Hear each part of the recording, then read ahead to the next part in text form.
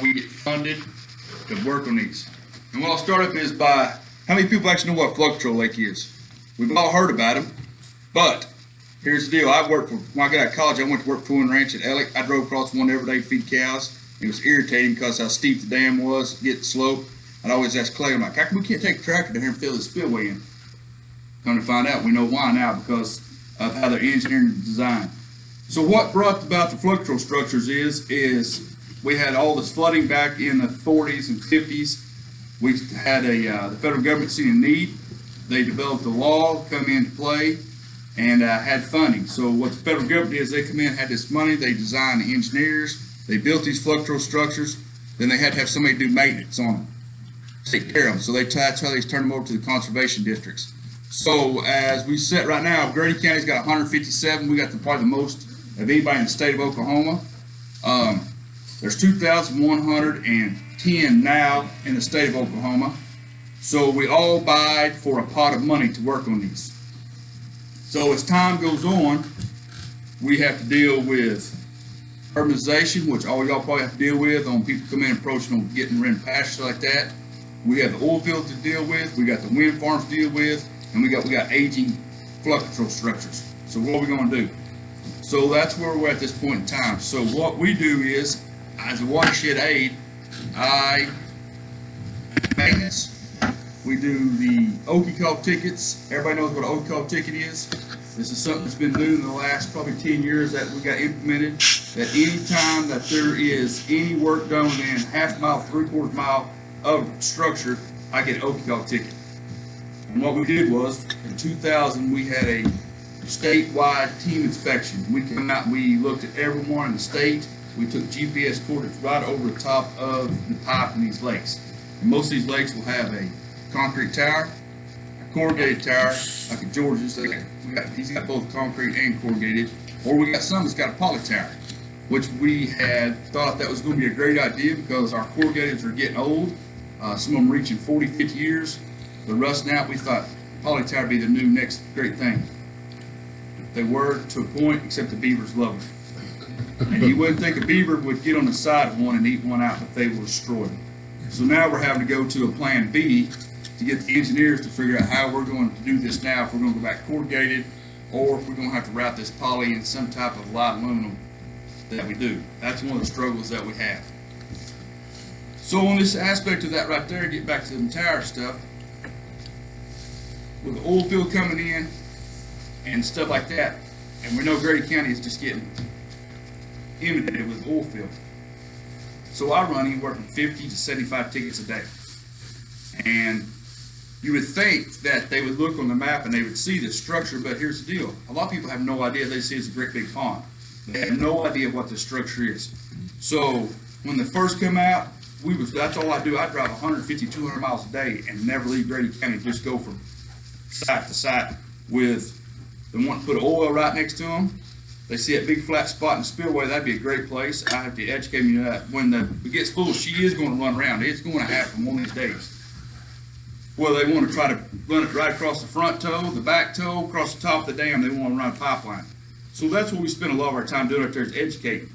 So it kind of slowed down. Continental tanks, Continental's our big push. They get rid of everybody, so I got a brand new group we got to come back and educate. So I spend a lot of time just educating people about what the actual flood control structures is. Then we have the influx of the northern part of everybody buying in, wanting to put in houses. And it is, I grant, it is a beautiful place to put your house, but what they don't quite understand is that spillway is going to flow one of these days, and you will have 3 or 4 foot water through your house if you put it at the front or the back of that spillway. Right now, we got 2 houses that were probably built in the early 70s after they constructed. We got one, if it goes through the spillway, it's going to be 2 foot deep in the second story of the house. Since then, they have abandoned that house, and nobody long ever lives there. We've got another one when it flows through the spillway. It is 18 inches deep in their front living room. They thought they had it high enough, but apparently they didn't. This was probably put back in late 60s, probably, wouldn't you say? Painter shop, probably? Early 70s. And that's a problem, too, you know. And I'll speak a little bit, too, about how this comes about how we got easements. We have easements on each one of these flood controls. So we have ingress, egress to go into this lake. So once a year, I'm required to do a inspection of this lake. So once a year I come in, a lot of you probably don't even, I slide in, slide out. I've got keys or locks. Some people I make arrangements with where I get in. We come in and do a inspection report. I fill this inspection report as a 2-page report. I submit it to the state office. We submit it to the NRCS. They look over it. It's kind of what I use it is a guideline of what needs to be done. And we go from there. How they acquired these easements were back in '67. I think it's Melvin Heath, GT Parks, Maurice Miller up at the Mingo area. They went in and went to the landowners and explained to them what this program was to stop the flooding, catch the sediment, keep it out of the washdog, which kept it out at Lake Texoma. So what they did is they come in and there's no rhyme or reason about how they got these easements. Sometimes they got them in 40-acre blocks. Sometimes they got them in 60, 80, or 100 acres. So like, for instance, Calhoun's big site. I may have a 200-acre easement on that lake right there. I don't really know, but here's the deal.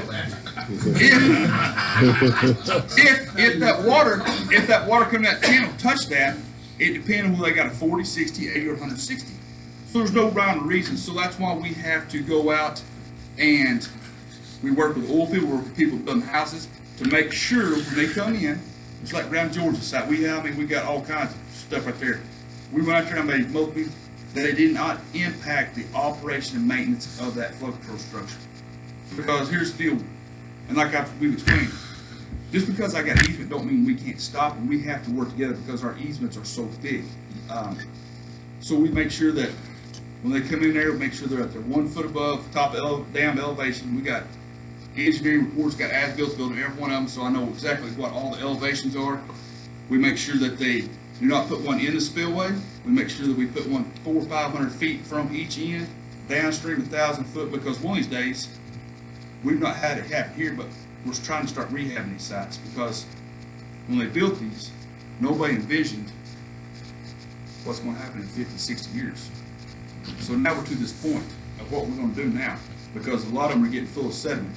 I've got 2 sites in the southern part of the county that one of them you walk up to it and it's 3 foot down below the top of the tower. Every year we have to go down and take a backhoe and dig out around it so it will drain. It's a corrugated pipe. It still serves its purpose of slowing down the flood water. It catches it. It still flows around the spillway quite often, but we have come in and rocked the bottom part of it so we don't get the washout like we used to. I've got a big site that is right at the top of the tower. When it does flood County Road, but we are still getting flood storage out of that and it's slowing it down. The problem is, and everybody knows about Cox City, they could use all the topsoil in the world down at Cox City, but we cannot take that out. Because if we was to take that out, we have to have it tested for heavy metals, all the other stuff. EPA comes in, they get involved, then it becomes a full-blown hazard site because all that stuff has to be taken to a designated landfill. So, that's the dilemma in mind.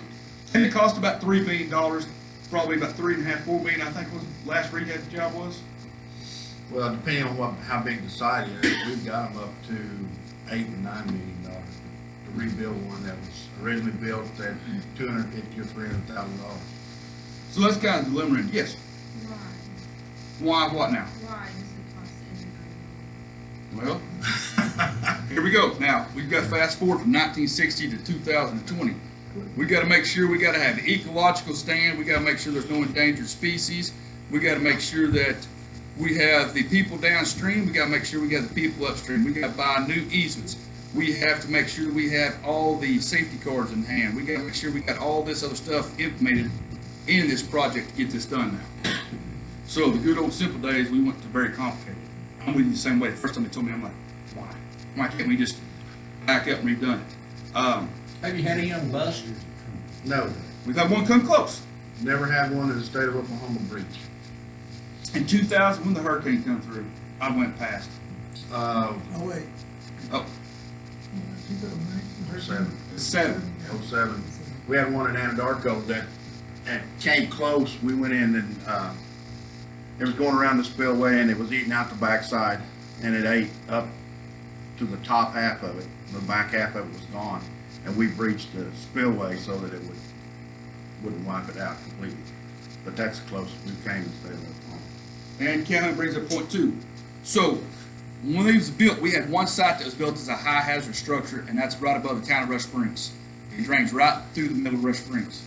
Now then, we have 7 in this county, which that means I got one up here on the turnpike, we got one above the town of Ellick, there's 2 out east of Chickasha, we got one right down here on 81, right down here by Jerry Watts, we got one right down here on the Albert Whitaker's place. And what happened is we've had people come in and build behind them because we did not foresee, or they didn't, to get us that easement very far downstream. So it's a big, nice, mostly big, nice, flat drainage area. Great place to put a house, you would think. You don't think about the great big pond up there that one day is going to flow through the spillway, and it's going to break because in my generation younger, we've not seen that much flooding because we've got all these flood controls that's implemented, so we don't see the flooding like back in the days we used to. So that's the problem we got now. So now then, we've got that implemented on a high hazard site. So anytime we get a significant rainfall, I either go call my guys and tell them flood control structures like, hey, how much rain you got? Have you been by the lake? Or I jump in the truck and I go look. So that's one of the aspects that we have to do now that we didn't plan on now. So now then on them sites right there, they're more likely to get this rehab money, which we have not had one yet. That's a problem because the feds are going to put so much money in, but yet we got to go talk to our legislators and hopefully they'll earmark or match part of that money. So far we've been pretty fortunate being able to do that point. What else we going to talk about? Anybody have any more questions? Yeah. Sorry. Oh, How do you, ask so about- how do you, is there a way to get the cost down? I mean, that's just ridiculous. There's no way to buy. That's a man talking about cost. cost. All I do is do I know, legwork. I know. That's why I brought him. I'll tell you exactly kind of how the rehab works. Okay, when a site comes in and it's high hazard, then NRCS determines whether it can be rehabbed. They send in to Washington for the money. The state has to put 25% up. The feds do 75%. Okay, well, the federal government has cut NRCS and cut the districts. Personnel is the big problem. It has to go through, what they've done is detailed out all of the design work to a private engineer. So that's the first cost, okay? Then they look at land rights. If it's rehabbed, they have to go through the design, and when the design comes back, then they look at it and say, oh, well, we don't quite have enough easement. Well, the way the oil field is now, they buy everything. So we've had to go to buying, just because people are not going to give the easements like they did back in the 50s and 60s, because the oil field is here, and well, the oil field bought it, why can't you? So that's the way we had to go with it. Now, the NRCS has a standard and spec of what it costs to move dirt, okay? So then they use that cost estimate on however the site is, and it goes anywhere from 2 million to 7 million, depending on how big the site is. Now, then you have some other cost estimates that's in there, like we rehabbed the one in Salisal that was in between 2 mountains, or I guess you'd call them mountains. It's full of rock. Well, these guys go out there and they look at the soil profile and they're like, hey, we're not touching that for that kind of money. We want this to do it. So it all goes through a bid process. And when the bid comes in, they have an engineer's estimate, and if it's, I think there's 15% plus or minus, then if it goes above that engineer's estimate, then they have to go back and find out why. So then they have to up the cost estimate or rebid it. That's just the way the process works. I mean, it has turned into a very costly deal. The first one we got rehabbed was about 1.1 million, and it was out of Cheyenne, Oklahoma. And since then, they've just been steadily climbing. And another factor, we got one at Guthrie, big in Guthrie, there's how many houses? 75 houses around it? Yeah. And what we did, we had a contract going. We went up there and they were lowering the dam and putting a new pipe there. Well, they hit rock. it wasn't in the contract. Some contractor backs out of it. So now we've got a mess up there. We got a dam that's halfway took down. We got the concrete tower pulled off with a, was it 36 or 48? It's a 54. 54-inch pipe. That's halfway through there. So now we got, Contractor pulls out and says, hey, it's not in the contract, I want this much money for it. They said, it's not set up that way. He said, okay, I'm done, and he walks off. So then we have to start all over with the process again. so that's probably running into, and like you got personnel. There used to be three guys, Johnny, now there's two. Johnny used to cover 23 county, now he covers half of Oklahoma. And George covers west. So he spread thin and doing nothing but putting out fires, trying to help what we can. So that's how I was able to become a watershed aide. I work here, but yeah, I'm gone 1 week out of the month. I'm gone somewhere in the state of Oklahoma, wherever they decide to send us, because we do have a skid steer with attachments to come in. We try to maintain the trees, fix cattle trails. That's our two main things. Is we battle trees, we battle cattle trails. We've had 2 good wet years. Trees are growing like crazy. It's amazing how fast a tree can grow on the backside down. I mean, you can get it controlled just like that. We used to try to do a lot of spraying, but nowadays with the urbanization, the liability, I'm still fortunate that the southern part of the county is still pretty rural, that we can do a little bit of spraying, but there's a lot of places that we cannot spray at all. So that comes into fact that we have to have equipment to come in and do it, manpower, we have to set up these deals. So that's how we was able to go through a bond issue. Commission was able to maintain some trucks, skid steers, equipment to go in and take care of these. We're saving so much more versus having to bid them out to a contractor. A long time ago, we used to bid them out and have a contractor do this. And what was crazy is you go to other states, it's a big quote for Dick, maybe think about doing if we get this deal done, is other states have a tax that they tax the landowners of one statehood to take care of these flood controls. So like They have what they call a benefited acres tax. there we go. That's why I brought Johnny along. What it amounts to is Nebraska's big in it. The whole state of Nebraska is covered that way. If you benefit from a flood control downstream, then you are taxed on it. It's a small amount, but it adds up over years. You know, I mean, over time to maintain these sites. And that's the way Nebraska uses. They don't get any legislative dollars. It's all through the tax, through a benefited acres tax.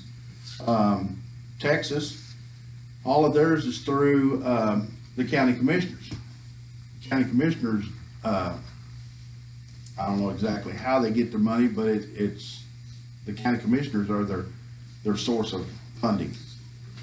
And you know, and it's crazy, but Nebraska has about 800 sites, and they have anywhere from $25 to $30 million a year to work on.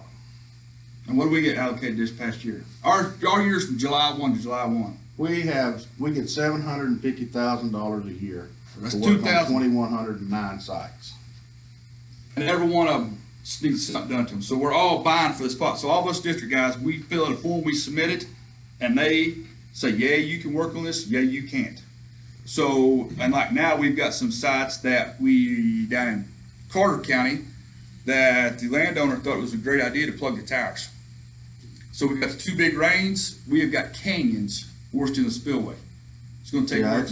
It's got a ditch going through the spillway on each one of them that you can put this room in. So we're looking at $250,000, $300,000 to repair them. Does he get fined or anything? That they're working on it right now. The DA, and it all depends upon the DA, whether the DA wants to file, you know. And if he's real good buddies with the DA, and the DA says, you know, well, we still have the responsibility as a state to fix it, but they're trying in the process now of making him pay for it. But what they do is, and this is what the challenge is, they throw up as they weren't educated to know that they weren't supposed to do that. And that's the problem I've had this camp. Matter of fact, I got one stocked up that we're going to put a siphon on Thursday, that the oil field come in and put a plate over the porthole that is stocked up, and it's run through the spillway. And I'll tell you the biggest problem with prosecuting somebody is we know for a fact that this guy did it. And what he did was he went in, he has a construction company, and he used a pump truck and he filled the bottom part of the tower full of concrete. Why? Why? Stack more water. To hold water, and he was selling it to the oil companies for frack water. Well, he didn't realize that by doing that, there's no water can get out of it except going through the spillway. We go to him. Oh, I don't know how that got there. Well, It just flows downstream into there, right? yeah, I mean, it's pretty obvious. Come on. At the top of the dam, you can see the ruts where the pump truck went up there, and there's concrete out in the water, on top of the tower and everything else. So it's real obvious, but we can't prove that. Okay? And you go Well, you and brought concrete somewhere. yeah. But there's no actual tracking. We gotta have actual visual Yeah, proof. it's crazy. I mean, it's really, really crazy. And just like I know that the oil field stopped this tower up, but there's nobody actually visually seen them do it. So what we gotta do is, and OCC's we got 3 siphons, aluminum siphons, and we're gonna put a siphon up, and it's got it's like we figured it's got like 19.5 foot of water up top of the tower right now. So we've gotta get that water off there, so we can get it pulled back down. Hopefully we can get in a boat and go pop it off. If not, we gotta get a diver to come in and have a diver come in and put this plate off the top of this tower. So that's one of the aspects that we deal with right there is oil Never field's ending being, deal. yeah, the oil field's been great, but we have problems, challenges like that because our deal is, and a lot of people don't understand, we have the operation maintenance on the tower, the dam, and the spillway. The water belongs to the state and to the landowner. So they come in and they pay you the usage of that water. We don't have nothing to do with the water whatsoever. I wish, for my job, it'd be nice if they all run dry south. We got some guys that, I got several guys that do that because, it covers 20, 30, 40 acres of good bottom land, and they don't want to do that. They want to open the gate, run it dry. They can drill a water well and water the cows a whole lot simpler than having that lake there, and I totally understand it. Because I had this deal you probably see it, we drive state of Oklahoma 1 ton, you probably see us running. I had people come up every day like, hey, I want a map or a key to that flood control. No, that don't happen because the landowners pay taxes on that property. That is their property. I mean, it's just like a fence line, wherever, because I got guys that share multiple lakes, and I tell them, wherever that property line is, that's their property. You need to go get written permission for them to go fishing. Because I have somebody every day call me and say, like, hey, I want it. I'm like, no, that don't how it works. Because that's. We have them come in and say, hey, the federal government built it. Hey, my tax dollars built it. Well, yes, federal government built it. When they got through with it, they turned it over to the state of Oklahoma for operation and maintenance. We turned it back, the district and it's kind of complicated, it's kind of hard, but I work for the state office, okay? The legislators cannot appropriate funds directly to the district, so they appropriate it to the Conservation Commission, and we distribute the money to the conservation districts. Well, then the Conservation District has the operation and maintenance, but all the land rights and fishing rights and hunting rights go back to the landowner. We're not going to tell you what you can do on your property. The only thing that we can do is, work with you if there's something going to jeopardize integrity of the structure. That we try to work with a lot of landowners and not in this county so much, but out west, we have a lot of grazing Issues, basically. Have a grazing plan. In other words, they're all fenced because they don't get the rainfall, they don't get the grass on it like we do. And they have grazing plans out there that at certain times of the year, the gates are shut, the cattle are not allowed on it. And that's what they worked out in individual districts out there. We don't have so much of that problem here because, we get enough rainfall that the grass is going to come back and this and that. But out west, Cordell and out in there, they have some big issues with that.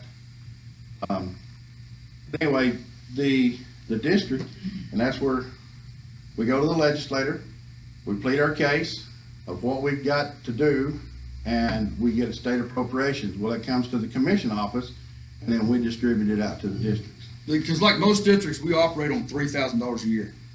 That's to pay stamps. That's our operating expense. That's our operating months. That's what we get, $3,000 a year to operate on. That pays stamps, phone bill, If there's anything extra, that just a little bit extra. That's what the districts actually truly operate on, because they're housed with the NRCS, so they have an office there. So that's kind of basically what they kind of operate on. So that's when I foreseen opportunity. They started this watershed deal, that I jumped on this opportunity to help the district out, because they provide me with a truck and a gas card in exchange that I have to go travel 1 week a month to surrounding areas. Because what we're running into now is we don't have employees.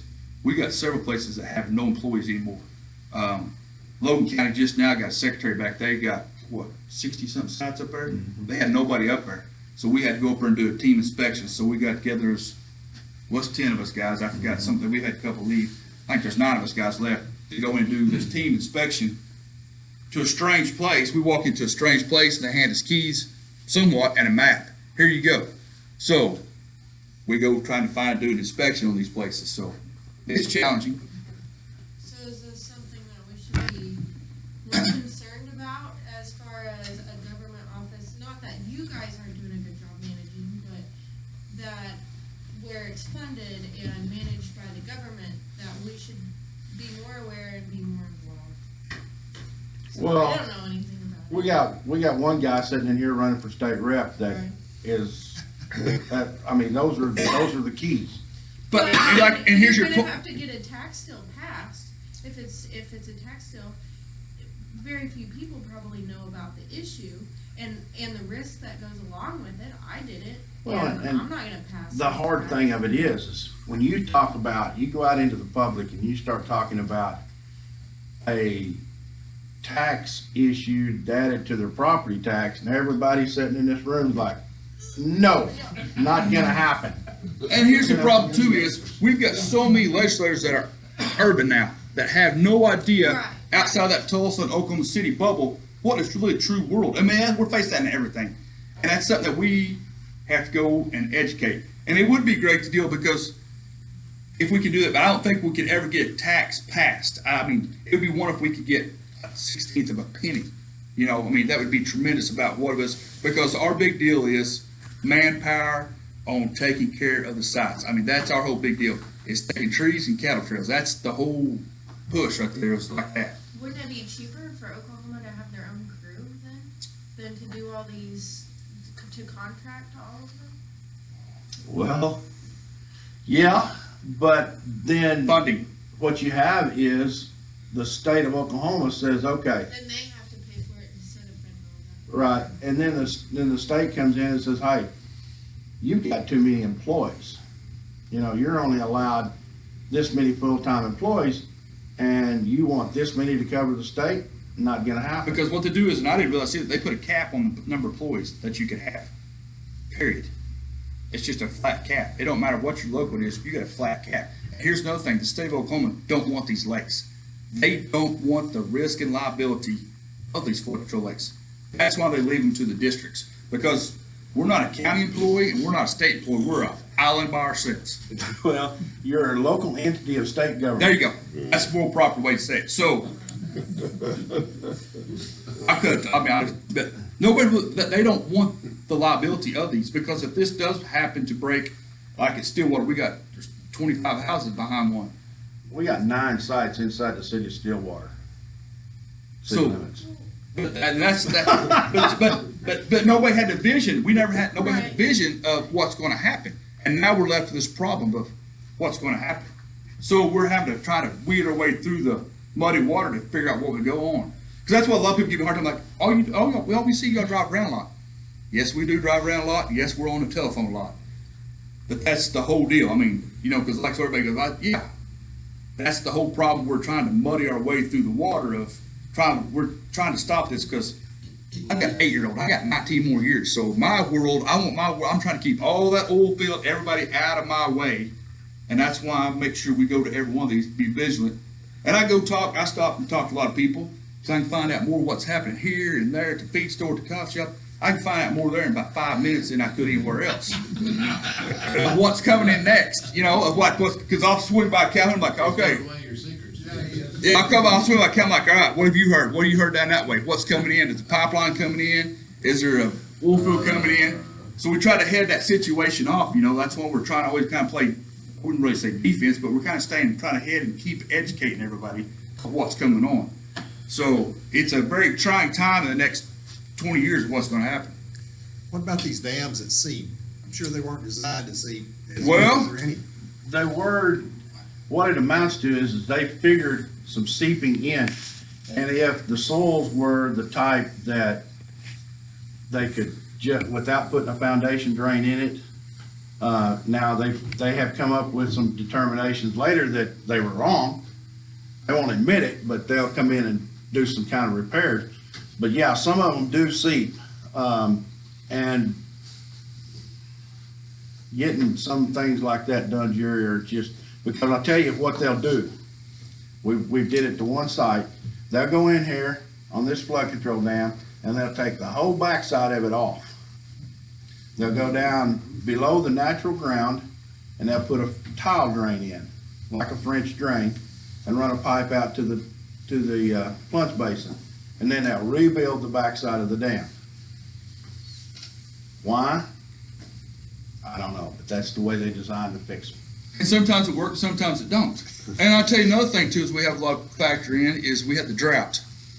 We come in all the rain, and people don't realize it takes them old dams a long time to saturate back full. I tell you, it's like a sponge. It just takes a long time for them to get back and get that seal, because we broke that seal.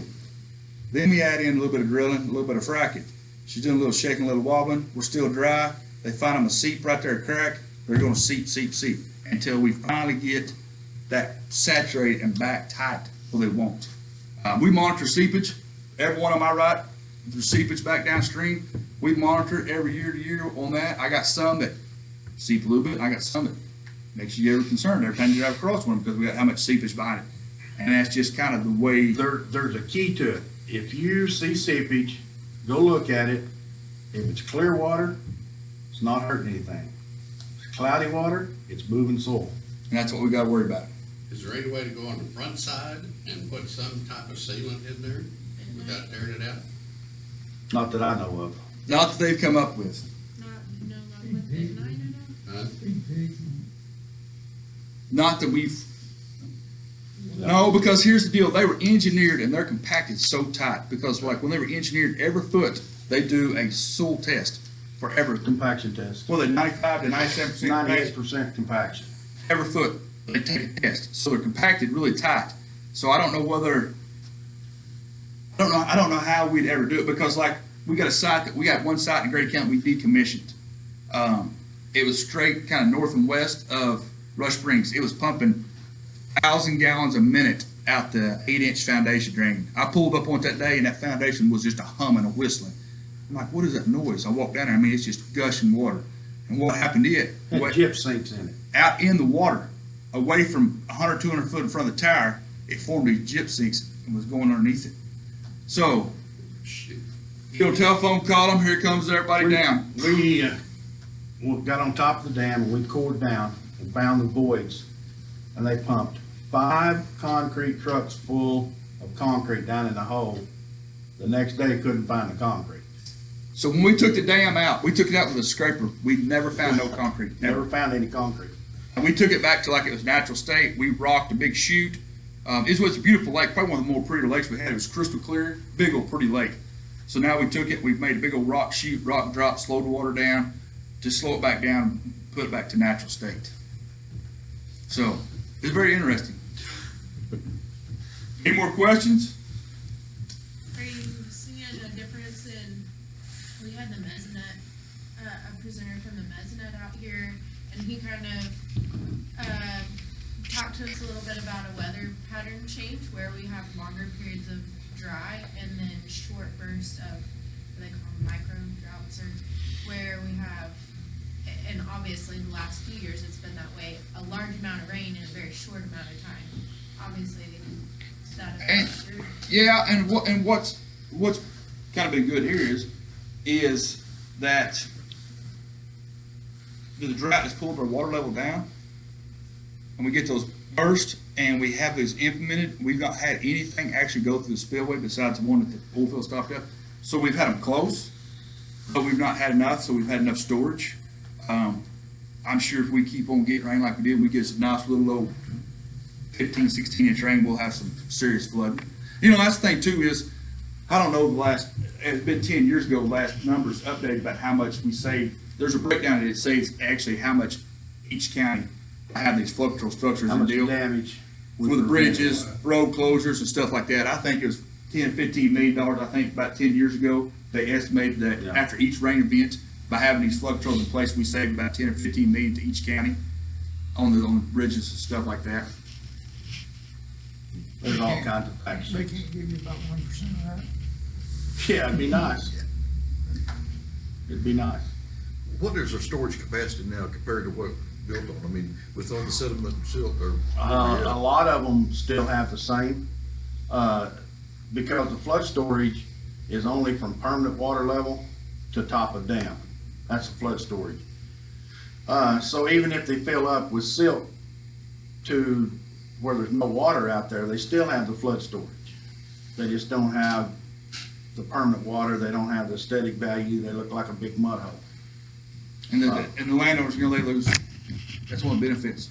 Livestock, we got several guys that hunt at least about duck hunting. You lose that aspect right there. But we still have some flood storage. Yeah, we Now, still the have. site down at 45 down at Rush Creek, it's going to get to a problem. It's took 3 foot of the flood storage out of it, because you walk up and the tower's 3 foot down below the sill.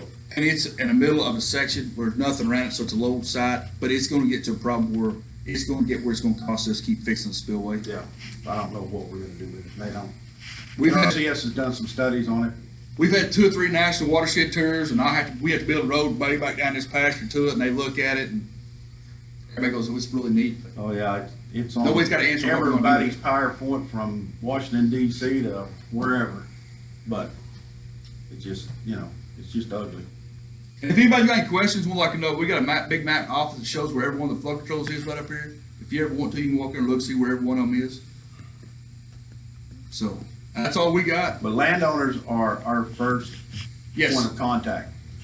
So if you see something going on that you think Trent needs to know about already, But really early, because apparently it's gonna take years to. well, yeah, It can. we can shut some things down, but a lot of it we can't. We just have to grit our teeth and. And here's the problem too, Over there. if something was to happen as far as roads, it takes a long time for us to get the money to get something Right, done. that's what. 'Cause we had what GSS built above a flood control that the pipe was gone, it's past its 30-year life basically. 2.5 years it took us to get it fixed. It's just a little old 24-inch pipe, but as you implement everything in, that's why I told Mr. Howe, I said, this won't be happening fast. I said, I've been here 21 years now. I said, nothing happens fast. It takes time to get where we gotta be. We hadn't forgot about you, but it's gonna take 2 years to get the process going, to get the money, allocate the funding, get the engineers in line, get everybody lined up. It's a frustrating situation as if you're used to going out and fixing something, it don't happen like that. It could be a kind of challenging, kind of frustrating situation to That's happen. why we try to fix as much as we can with our skid steer. Because the design and the drawn out process is so long that it's just really frustrating. So there's any suggestions on how we can help you do that? Is that, like, do you have your ideas of how to fix it, the government? Make We it go don't- smoother. Yeah, we don't really get an idea. It has to come from the upper bubs. Well, So, but I know what you're saying. Legislator, that's the main thing, is just educating legislators. I mean, our whole deal is getting money from legislators, so our whole deal is just educating legislators. I mean, it may be a deal one of these days, we have a major problem, we can step up to y'all and say like, hey, could y'all make a few phone calls to the legislator? That would help more than anything coming from the landowners and the people in the county that benefits from like, hey, we need money. I mean, back when I first started, we used to run on about $1 million, $2 million. We would have a pot to take care of all these lakes. Well, we've added several lakes now, and the lakes are older now. We've got more problems now, and our money is shrunk. So that's the challenge we have. Sometimes we feel like all we're doing is just running and putting a Band-Aid on stuff, you know? So it's just a challenging situation. Well, and the legislators are They're so hurting. young, I mean, what they say, they're 80% of them have got less than 3 years. So, all the guys that we used to talk to and get money from, they're not there no more. And our other deal is get more urban people, and they're losing the whole aspect of what actually happens outside that rural bubble of Oklahoma City, Tulsa. And y'all, I mean, we challenge, I mean, y'all battle it too. I mean, everybody battles it, but it just seems like it just keeps getting tougher and tougher and tougher for that situation. And the best thing is, and you heard, like, we talk to Brad Bowles and people call up. So I used to think, man, I mean, nobody wants to hear from us. I mean, they don't really care. But actually talking to them, they're calling for their people in their districts. That's what gets their attention on any subject whatsoever. They keep getting them phone calls, and that's what really gets their attention. So that's what we kind of got to do. That's all we got. Sorry we took it. You say you don't do much spraying anymore. What about do y'all do anything for the gophers? We don't really have no way to actually do that. Because here's the problem is, that is a bait that I got to have a license. Then I'm gonna have to carry so many dollars of insurance, because if somebody's pet dog comes and eats that gopher and dies, they're gonna sue us. So we really can't, for liability reasons, we can't hardly do that. I would love to go mount a gopher machine on front of my skid steer and do that. But liability wise, we can't do that. We won't tell anybody Trent to go. I'm too old to change careers anymore. I'm too old to change careers. I won't ride this one out. So, but we'd love to be able to, but it's just the liability factor that we just can't do it. The landowners should manage that. And I do, and I've got lots of landowners that do, that are great, that go down, they do the front and the backs if they can, and it's great, you know. Like, we had a deal in Georgia's. Somebody thought it was a great idea, I'll tell us one story, to plant giant wheatgrass on a flood control. Great idea. I mean, it's 10 foot tall and it's thick as hair on a dog's back. Wild Bill calls me, he said, hey, Bob, he used to be one of your employees, great guy. He called me and said, hey, we got a beaver problem in front of this lake. I'm like, oh man. So I get Johnny rerun down there. Sure enough, they had made him a nice little nest in front of that giant wheatgrass. All the way across. We go in, take our skid steers, and we tear the whole thing out. Where they drove, because he's mowing it, all of a sudden I see a skid steer just fall. Oh, I just fell out. So I hook onto him, pull him out, and we start mowing it. We get cleared out. And if George hadn't been vigilant enough, because I go by once a year to say, hey, get a hold of me. There's no telling what could have happened. But thank goodness we got good landowners. And I have good landowners. I got a lot of absentee, but I know all these guys that lease these places. So that's fortunate that I have that. And we was able to take care of that deal. And we finally got the giant wheatgrass killed out of it, thank God, and went from there. But somebody back in the 50s or 60s thought it'd be a great idea to put it on there, and it just didn't work. Beavers love it. That's prime time habitat. Any more questions? If you need to call us.